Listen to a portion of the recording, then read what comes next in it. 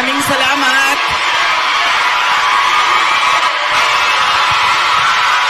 Magandang umaga sa inyong lahat. Maaari po siguro muna kayong maupo.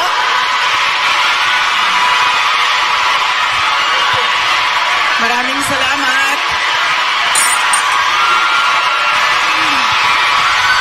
Magandang umaga sa inyong lahat.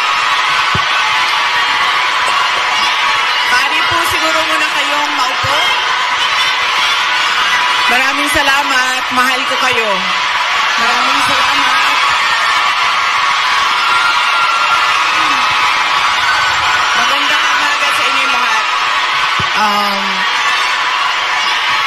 Upo muna siguro para yung mga nasa likod makakita din. Maraming salamat. Mahal ko kayo. Naman yung nasa likod. Maraming salamat. Okay? Dahil magandang umaga sa inyong lahat. Dahil kayo ay sumisigaw ng Duterte, nasa likod makakita din. Suspended na kayo lahat bukas. Naman yung nasa likod. Okay? Dahil suspended kayo, suspended. Dahil kayo ay sumisigaw ng Duterte, sa likod makakita din. Suspended na kayo lahat bukas. Unahin ko muna ang aking mga pagpapasalamat. Mga thank you muna dahil baka sa sobrang daldala natin mamaya sa sobrang pagbibigay ng mensahe ay makalimutan ko ang mga pagpapasalamat. Kaya mabuti nang mauna ang mga pagpapasalamat. Una, tayong lahat ay nagpapasalamat sa Hong Kong government and sa Hong Kong police sa kanilang tulong sa atin para mabuo ang ating pasasalamat ngayong araw na ito.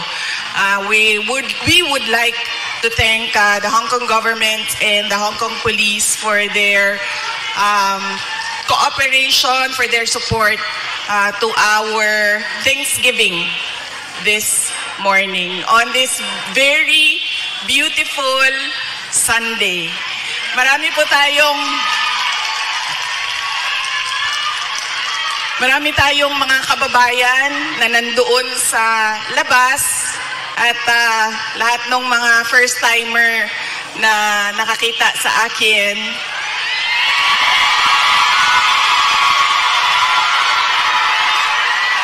Sabi nila, ang ganda mo pala, bakit mukha kang...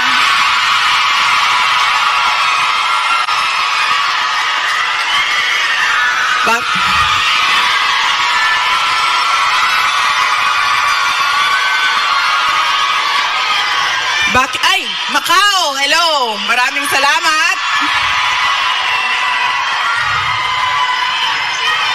Okay. Sabi niya, ang ganda mo pala, bakit mukha kang...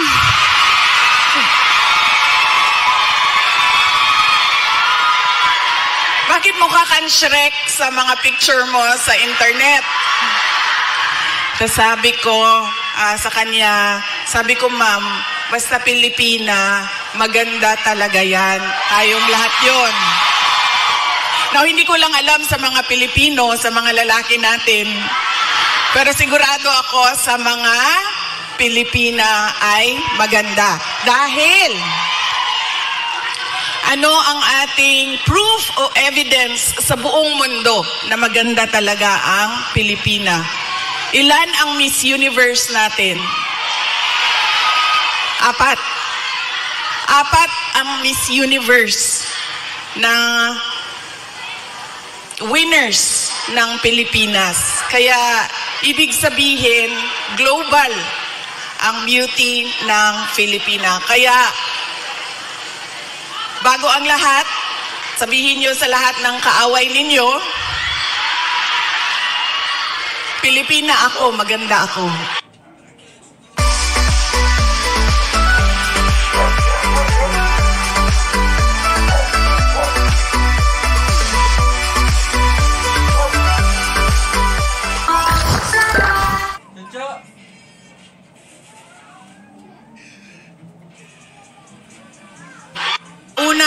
ang pasalamat ko sa Hong Kong government. Pero ang unang pasalamatan natin ay ang Diyos.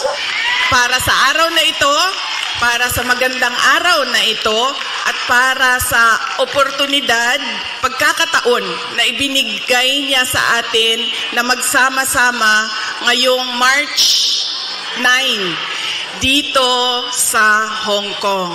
Dinala niya tayo lahat dito para sa bayan. Yan po ang pagpapasalamat natin sa ating Diyos. Dahil binigyan niya tayo ng isang araw ulit na magising, mag-ayos, pumunta dito at pag-usapan ang Thanksgiving, pagpapasalamat at pag-usapan ang ating bayan. Ang sunod na pagpapasalamat ko ay hindi ko isa-isahin yung mga pangalan dahil baka may hindi ako mabanggit at magtampo. So, isa-isahin ko lang ang mga grupo na kailangan natin pagpasalamatan. Unahin ko muna ang Kingdom of Jesus Christ.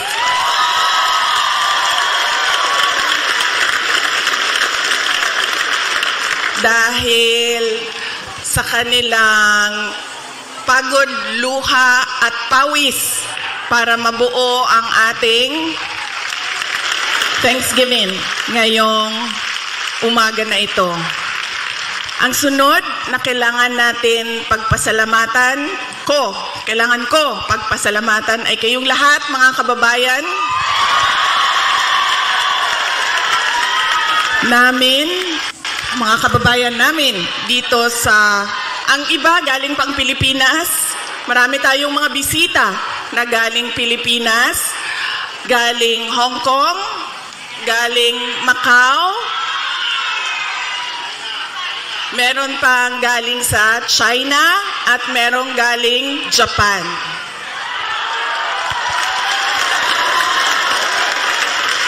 Maraming salamat sa inyo dahil ibinigay ninyo ang oras ninyo ngayong araw na ito. Madami sa inyo kailangan maglaba. Kailangan magplansya. Yes, mag-day off, pero kailangan niyo laban yung damit ninyo. Kailangan ninyo magpa-parlor kasi, 'di ba? Araw ito ng pagpahinga. Kailangan maglinis ng inyong bahay. Kailangan magpa-pedicure. 'Di ba? Kailangan magpa-dentista dahil araw ito ng pagpahinga. So kailangan ayusin lahat ang sarili. Ang para sa sarili. Pero binigay ninyo ang oras ninyo at araw ninyo ngayong umaga na ito para sa atin. Kaya maraming salamat sa inyong lahat. At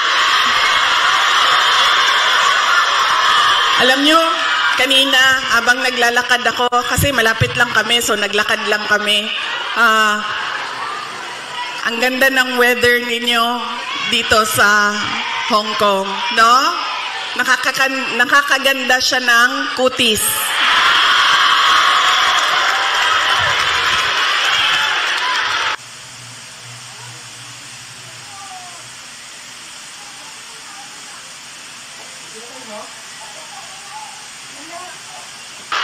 Anong sabi namin na nakatira sa Pilipinas at yung mga ipagpasalamat sa Diyos?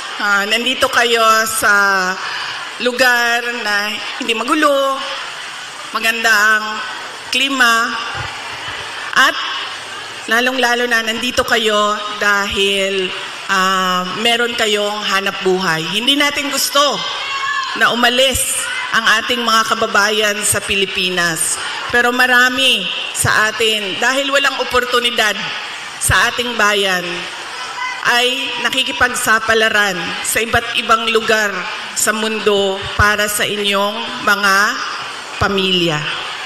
Kaya yun ang sunod natin na pagpasalamatan, yung ating mga mahal sa buhay. Bawat pamilyang Pilipino, kailangan natin magpasalamat sa kanila dahil binibigyan nila tayo ng lakas sinusuportahan nila tayo at tinutulungan nila tayo sa ating pakikipagsapalaran sa ibang lugar. Ayaw nila na umalis kayo, ayaw nyo rin na iwanan sila. Pero kailangan natin gawin dahil kailangan suportahan ang ating mga pamilya. Okay? Pagpapasalamat ulitin ko sa Diyos, sa Hong Kong government, Hong Kong Police, sa KOJC, sa inyong lahat, mga kababayan namin na nandito, at syempre kailangan natin pasalamatan ang PDP laban.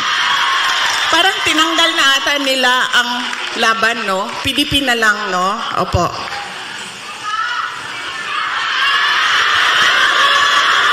Ha?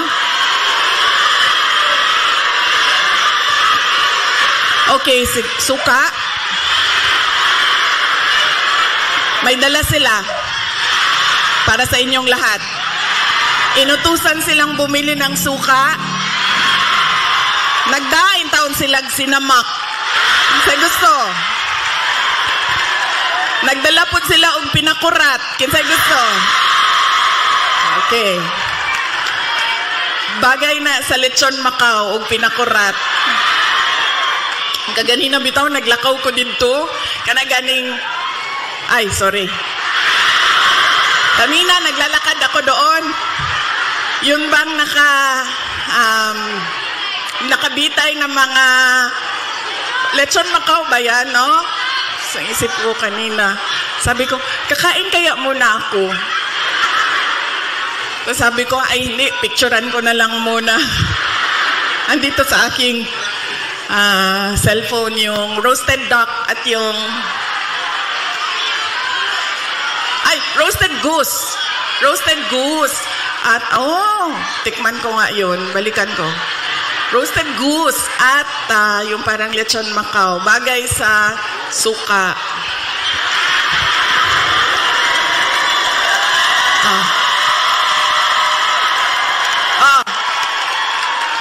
Ano pa ang bagay sa suka? May oras pa ba ako? Bigla na lang ako paalisin dito. Ano pang bagay sa suka? Ang ating chorizo longganisa. Diba? Bulad. Chicharon. Mangga. Mangga at suka. Kinilaw.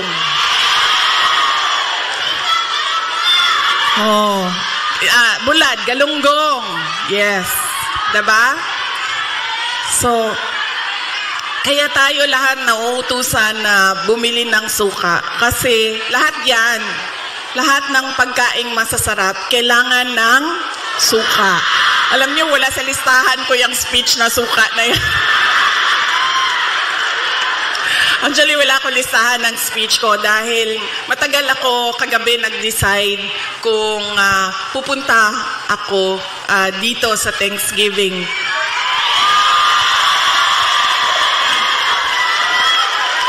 Kaya wala akong listahan ng speech. Pero yes, alam nyo, marami siguro sa inyo ang nautusan na bumili ng suka at mantika. Mantika, suka, ganyan. Noong kayo ay bata pa. Opo. Pero sa amin kasi, sa bahay namin, nag-grocery kasi ang nanay ko. So lahat yung mga gamit sa kusina, binibili na ng nanay ko. Nautusan lang ako lagi doon sa kanto, sa tindahan, bumili ng Coke. Ng Coke.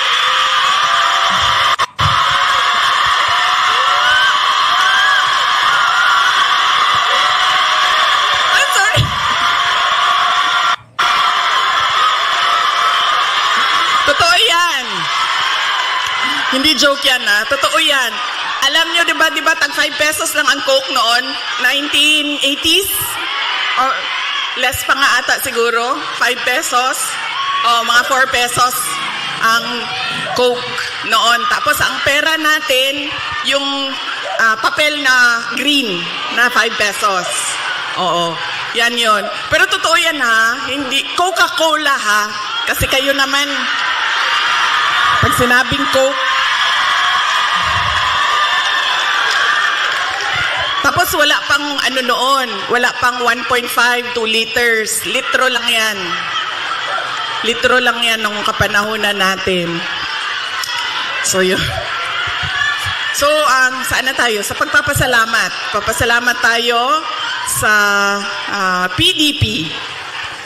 Ating mga kandidato sa PDP. Aabot tayo dyan mamaya. And syempre, kailangan natin magpasalamat kay Pastor Apollo Kibuloy for his generosity. Alam nyo, bumisita ako sa kanya nung siya ay nasa hospital, sa Pasig Hospital. Sabi niya sa akin, kung hindi ako nakulong, kung hindi ako inoppress, pinahirapan, hindi ko maisip na tumakbo para tumulong sa mga nakakulong, sa mga pinapahirapan at sa na-oppress. Sabi niya, tama lang na ganito ang nangyari dahil naliwanagan ako at napaabot sa akin ang mensahe na kailangan kong tumakbo bilang senador para tumulong sa mga nahihirapan at pinapahirapan.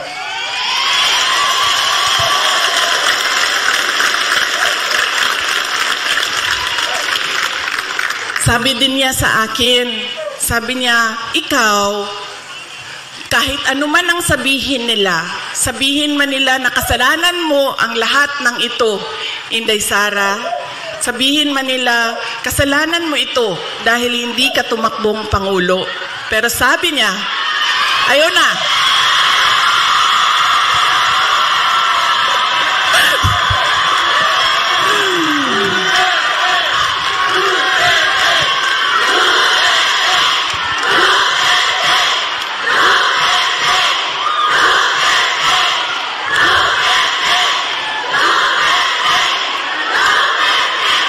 Pero sabi niya, makinig tayo kay Pastor Apollo Kibuloy dahil siya ang araw-araw nagbabasa ng Bible. Siya ang nakakaalam by heart kung ano ang salita ng Diyos. Anong words of God? Sabi niya sa akin, sabi niya, ikaw, sabi niya, ganitong nangyari sa buhay ko. Sabi niya, Inday Sara, ganyan din nangyari sa buhay mo dahil hindi pwede na ikaw ang mauna at sila ang sumunod. Dahil wala ng katapusan. Dapat sila ang mauna at ikaw ang sumunod.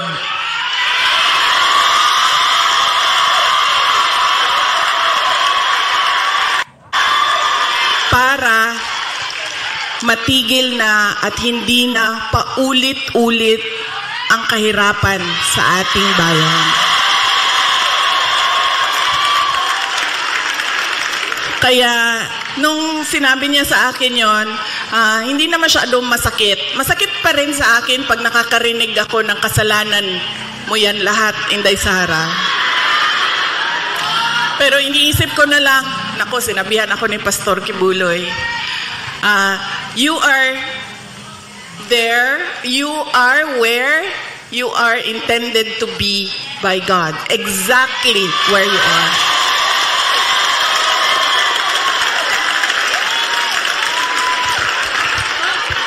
So yaan po, hindi pa ako nangalahati sa pagpapasalamat ko ha, kaya bilis-bilisan natin. Hanggang anong oras ba ako pwede, sir? Go lang daw. Go. Ay, hindi kami pwede mag-abot ni PRD kay kasampo na pud ko aton.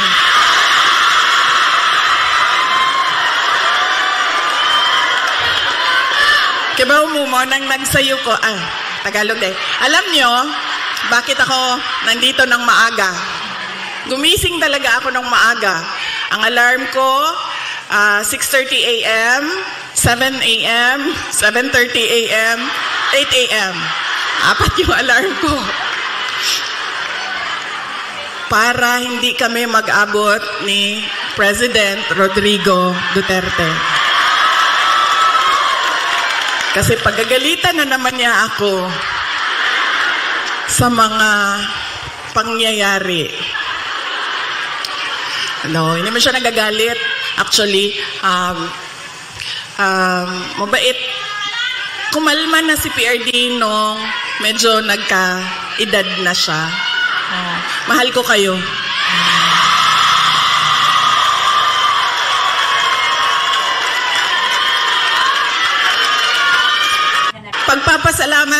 Magpapasalamat din ako.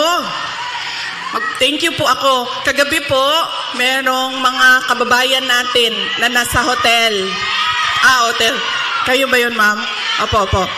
Maraming salamat sa pag-welcome ninyo sa amin doon sa hotel. Mahal ko kayo. Maraming salamat.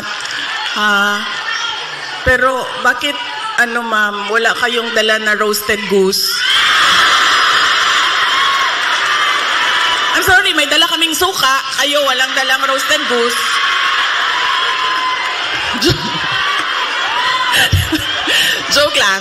Joke lang. Pero salamat Salamat sa pag-welcome ninyo sa amin doon. Sigurado ako na kahapon may kailangan din kayong gawin. Busy din yung oras ninyo. Pero pumunta kayo doon at winelcome nyo kami sa hotel. Maraming salamat sa inyo.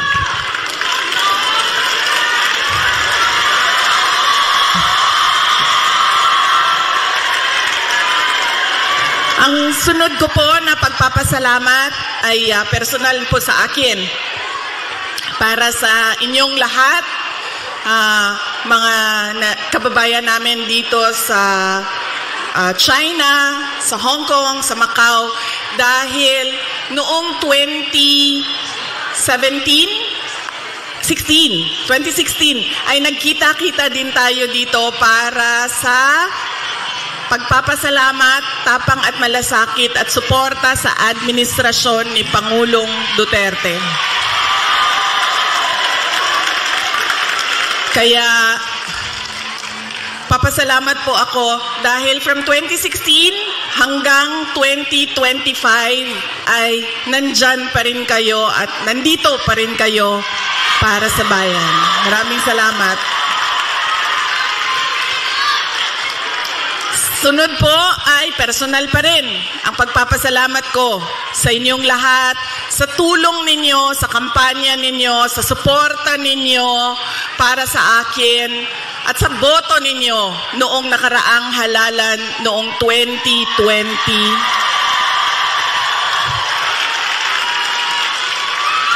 At sa susunod na halalan sa 2020. Joke lang. Joke. Sandali lang.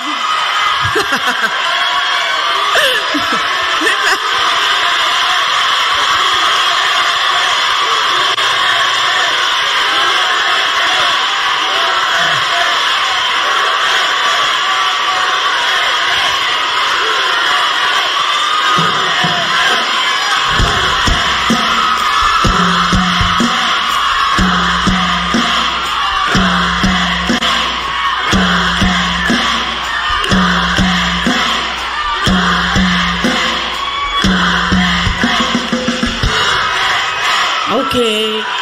Papunta na po ang suspension order. Sige. Maraming salamat sa suporta ninyo noong 2022. Thank you very much sa inyong lahat, mga kababayan. Alam nyo,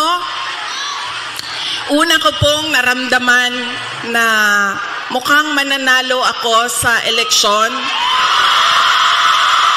dahil nakita ko ang overseas absentee voting results. Una siyang lumabas. So nakita ko na I think 98% lahat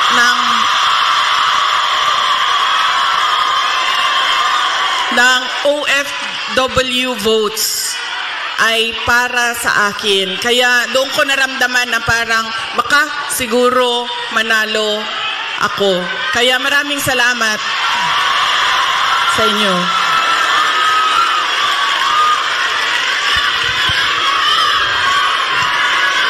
Ang susunod ko po na pagpapasalamat ay sa akin pa rin, para sa inyong lahat, sa suporta ninyo sa aking mga kasamahan, sa aming trabaho, sa programa at proyekto ng Office of the Vice President. Maraming salamat po sa inyong lahat. Dahil kayo lang po ang sumusuporta sa OVP, ang buong gobyerno po ay iniwanan na po ang OVP.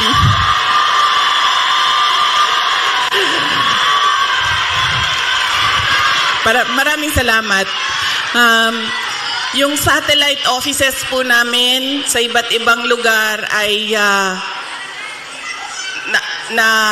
naningkamot. Ang sabihin naningkamot? Nagsisikap. Yung satellite offices po namin ay nagsisikap na mahanap yung mga geographically isolated and disadvantaged areas at hindi lang nakatuon sa National Capital Region. Kaya salamat po sa suporta ninyo sa Office of the Vice President. Ang susunod po na pagpapasalamat ko ay ang mahal ko kayo.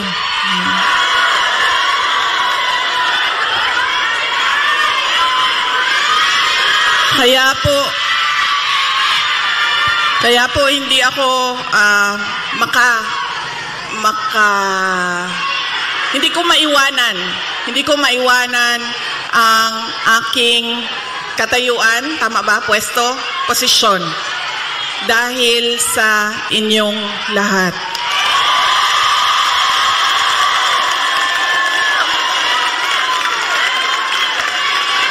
Ang sunod na pagpapasalamat ay mula po sa aming pamilya, ang pamilya Duterte.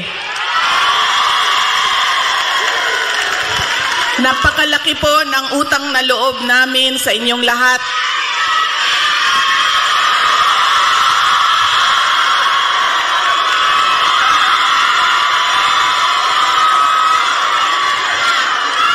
Dako kayo ang amo ang utang nga kabubuton kaninyong tanan, mga kaigsuuna namo. Sa pagkakataon na ibinibigay ninyo sa amin na makaserbisyo o makapagtrabaho sa ating pamahalaan. Sa oportunidad na ginahatag ninyo kanamo nga makasilbi sa ato ang nasud. Maraming salamat po sa inyong lahat.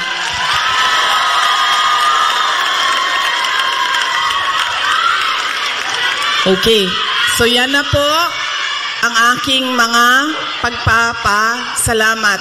Meron pa ba akong hindi na Maraming salamat, ma'am. Ang sunod ay lilipat na po ako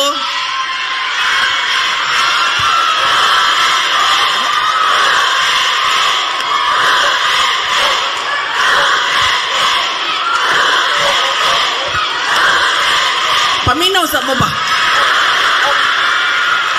Kajut lang mo. Alas 12 na. Alas 12 na. Kasi magpakaon sa ato adin eh.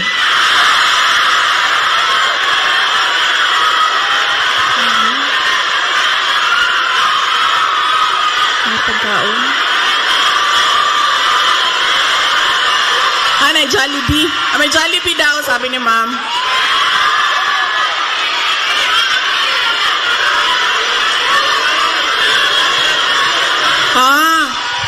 Okay. So, hindi daw tayo kakain lahat para sa bayan. Okay. Sige, okay lang. Kailangan ko din naman magpa-reduce, so okay lang.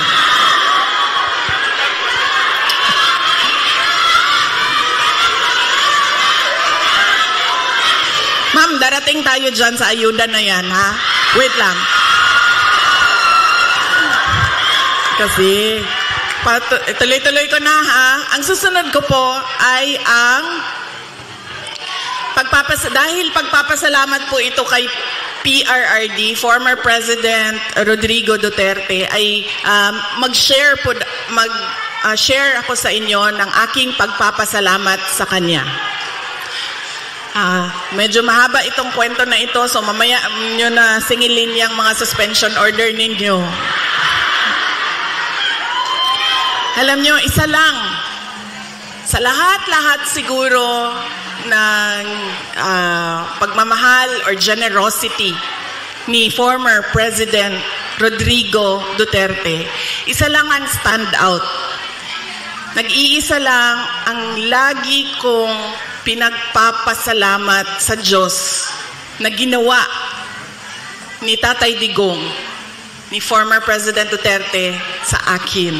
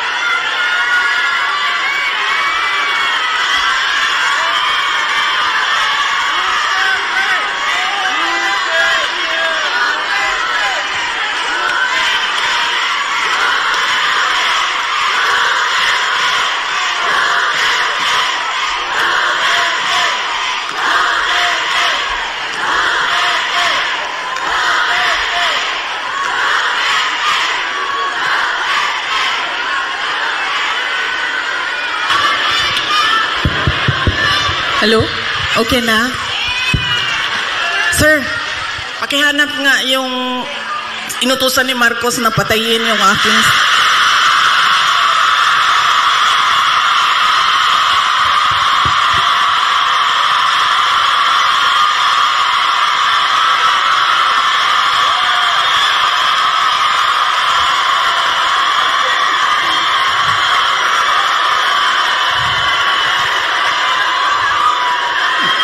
Yan. Dahil sa mga ganyan, nakakasuhan ako eh.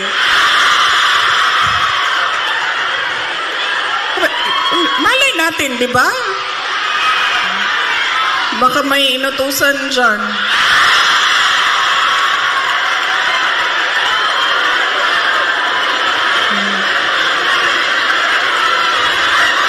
Okay. Isa lang. Paulit-ulit yan pag napapaisip ako sa tatay ko.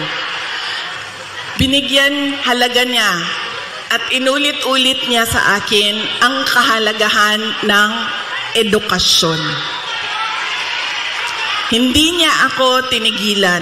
Alam nyo, si PRD, yun pong mga nasa harap, kailangan nyo po umupo kasi hindi makakita yung nasa likod. Hindi siya tulad ng tatay ninyo na malambing, mapagmahal.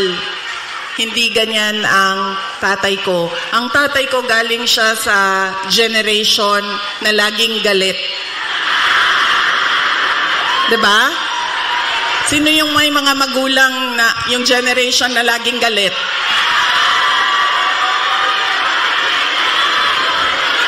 Yan. Galing dyan ang generation. Galing dyan ang tatay ko sa generation na yan. So, lagi siyang galit. So, sa akin, maalala ko, sinabi niya talaga sa akin, paulit-ulit, habang ako ay lumalaki, ikaw, sabi niya, hindi ka tao sa paningin ko. Napaisip ako noon, diba? Sabi ko, pusa o aso? Hindi ka tao sa paningin ko kung hindi ka abogado o doktor. Totoo yan. So paulit-ulit niya yan na sinasabi sa akin. So syempre, pag ikaw bata ka, 'di ba? Papasok yan paulit-ulit dyan sa iyo. So ako din, habang ako ay nag-aaral, nung ako ay lumalaki, nag-aaral ka, elementary, high school, napasok na sa isip ko. At 4 years old hindi ko alam, baka sa tiyan pa lang sinasabihan ako ng tatay ko, ikaw, hindi ka tao. Hindi ka. Kasi 4 years old pa lang, sa yearbook ko ng kindergarten, nakalagay doon, I want to be a pediatrician. Imagine nyo, hindi doktor Alam ko kung ano ang specialty ko. Sabi ko, I want to be a pediatrician. Nandyan pa yan hanggang ngayon, ang yearbook na yan. Kaya, nung ako ay paulit-ulit yun, alam ko na magiging doktor ako. Alam ko na magiging doktor ako. Nung panahon na kailangan mag-apply ng entrance exam sa college, di ba? Kailangan natin mag-apply sa mga colleges and universities. Hindi nila alam, ng mga magulang ko, nag-apply ako sa University of the Philippines. Nung nag-apply ako sa University of the Philippines, syempre nilagay ko din naman yung science courses. Pero nilagyan ko din siya ng political science. Nung nakita ko ang result at nalaman ng mga magulang ko yung result, nakalagay doon na match ako na waitlist ako sa political science. So sobrang excited ko. Hindi nila alam na gusto ko mag-college sa Manila. Kaya sikreto ako na nag-apply. Sobrang excited ko. Sabi ko sa mga magulang ko, pumasa ako ng UP. Pero political science kasi yung kurso. So sabi ko, gusto ko sana pumasok ng UP Diliman yun UP Diliman. Tapos, political science yung kurso. Sabi ng nag-wild. Naggalit si PRD. Sabi niya, di ba, sabi mo, simula nung bata ka pa, gusto mo maging doktor?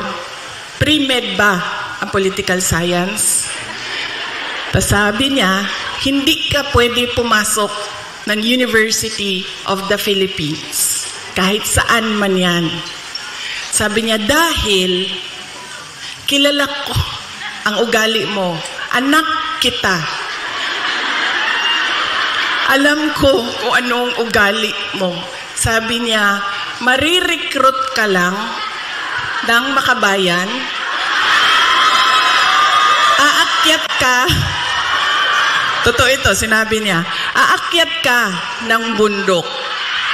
Magiging NPA ka. Ikaw ang magiging head ng New People's Army. At ikaw ang makakalaban ko pagdating ng panahon. Kaya hindi ka pwede pumasok ng University of the Philippines. So sabi niya, pumili ka. Kahit anong paaralan dito sa Davao, pumili ka dyan. So sabi ko sa mama ko, So sabi ng mama ko, sige na lang, kasi sinabi mo man doktor, so mag-pre-med ka na lang. Okay. Nag-pre-med ako. Tapos, syempre, papunta akong doktor, so binilisan ko yon, natapos kaagad ako, and then ito na, mag-medicine na. Sobrang excited si President Duterte na magpapasok na ako ng medicine proper. Siya ang pumili ng paaralan, siya ang pumili kung saan ako titira. Tapos, pumunta na lang siya sa akin at sinabi niya na, ayan na, may school ka na-enroll ka na, may bahay ka na, pumunta ka na lang doon ng ganitong date. So pumunta ako doon. Pagdating ko doon, kompleto na. May kama na ako, may washing machine, may refrigerator, may kotse pa. Ganyan siya ka-excited. Sige ma'am, ipa-adapt kita sa tatay ko. Huwag ka mag-alala. Ganyan siya ka-excited noong ako ay medicine na. Tapos, syempre, hindi naging successful yung aking pagpasok sa School of Medicine. Isang taon pa lang, 1 year, actually 1 sem pa lang. First sem pa lang, alam ko na parang fish out of water. Alam niyo yung, bakit madali para sa kanila, nahihirapan ako, sobra. Tapos, dumating ang second sem na halos hindi na ako pumapasok. So, kinabahan na ako. Kasi, di ba sa probinsya, di ba sa Atua, pagpadala ka sa Manila kasi ako nag-med school, pag ipadala ka sa Manila, parang malaking send-off yun. Congratulations sa anak ko, graduate ng ganito.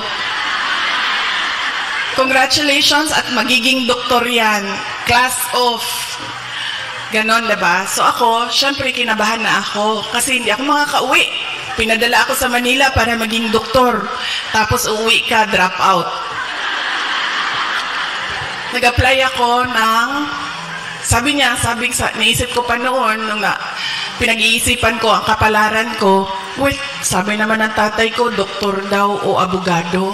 So dito na lang ako sa abogado. So lumipat ako, nag-apply ako sa San Beda College kasi at the time na nagdesisyon ako, San Beda College na lang yung bukas sa mga exams, entrance exams. So hindi ko pa sinabi kaagad sa mga magulang ko na nasa San Beda na ako. Nalaman na lang nila dahil nagsabi ang driver. Sabi niya, hindi na yan siya pumupunta ng Cavite. Lagi kaming nandyan sa Menjola.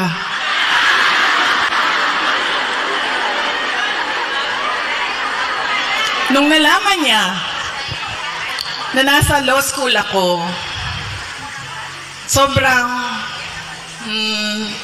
I think mas masaya siya. Nung nalaman niya, mas masaya siya, mas excited siya. Noong ikumpara ko, nung papasok ako ng med school, nung nalaman niya na nag-apply na ako ng law school. Tapos, syempre sinabi ko sa inyo, di ba, hard love. Hard love yung generation ng parents natin, mga magulang natin. So, nung mga panahon na nag-aaral ako sa law school, may mga panahon na papagalitan din ako na sinasabi niya sa akin, alam mo, kung hindi mo ayusin yung law school mo, magiging kabit ka lang ng politiko.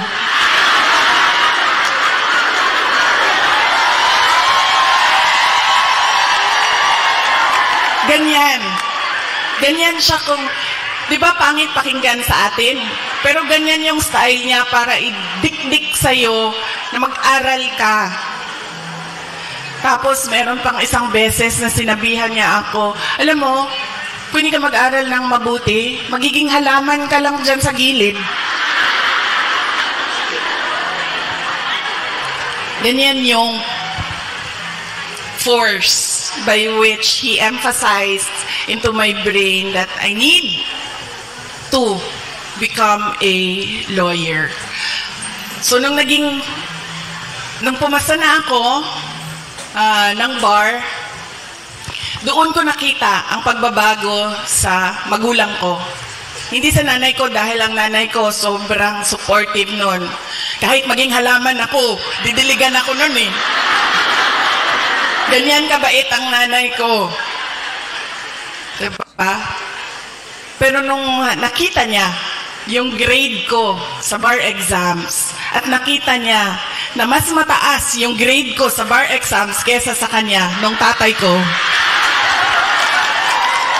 At hindi lang 0.1, 0.2, 0.3. 5 points ang layo namin sa grado. Doon siya nagbago. Parang naging tao na ako sa paningin niya. Lalo pati, tinanggal mo ano? Ay talaga. Akala ko po kasi... pag every time nababanggit yung grade sa bar, hindi na siya talaga nagsasalita. Tapos lagi ko pa sinasabi sa kanya, sabi ko, partida yan pa ha, kasi hindi ako nag-aral eh. Kung nag-aral ako,